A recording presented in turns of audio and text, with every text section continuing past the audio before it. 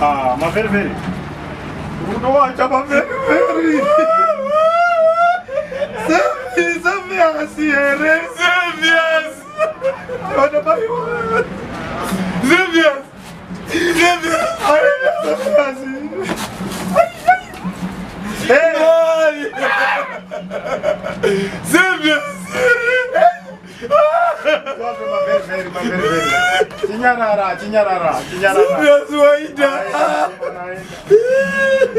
Maveriveri chinzwa maveriveri chinyarara titoone kuti toita sei wakumanaka musatambe nezvinhu zvaitika musatambe nezvinhu zvaitika ndikuti pamwe ndosvika munhu agadzirira paruto wacho hapana kana action yawarumbo iyi ndototi pamwe titombo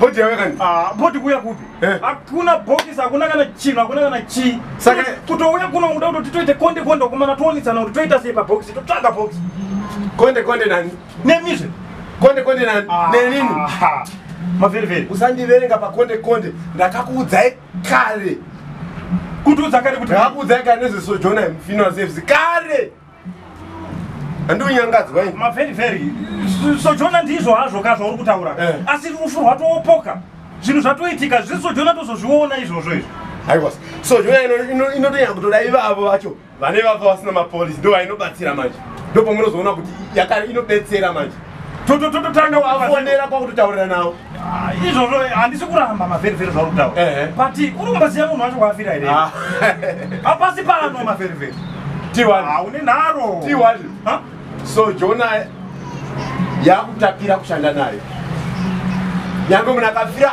out of Zimbabwe, Mozambique, South Africa, Malawi, Zambia, Botswana kwese inondotora bot.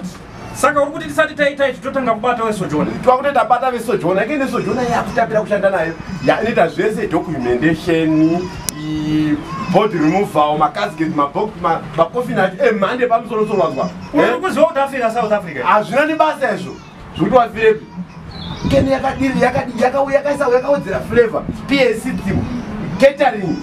Nema MC yakupa pa funeral parufu. Ifa sojona. Hakuna konde. Saka tototaura kana sekuru nana mu.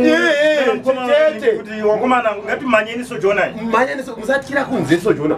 Kungovafonera vanhu vanotambira zvichemo. Kuwafuna kuti uye to report. We have done everything vanenge sojona funeral service. Aiwa yatungamira. Vakajoina nevasina kujoina aiwa mese munodiwa nesojona funeral service. Takawedzera flavor aka tavakuita futi repatriation. Haiwa chere kwa mafira haiwa tinoenda kwese takuprovide futi PA system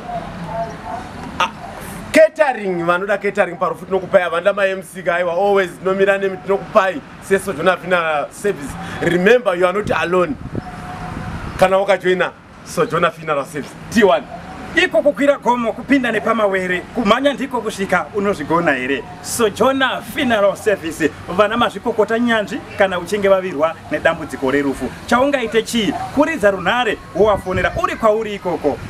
Sojona funeral service.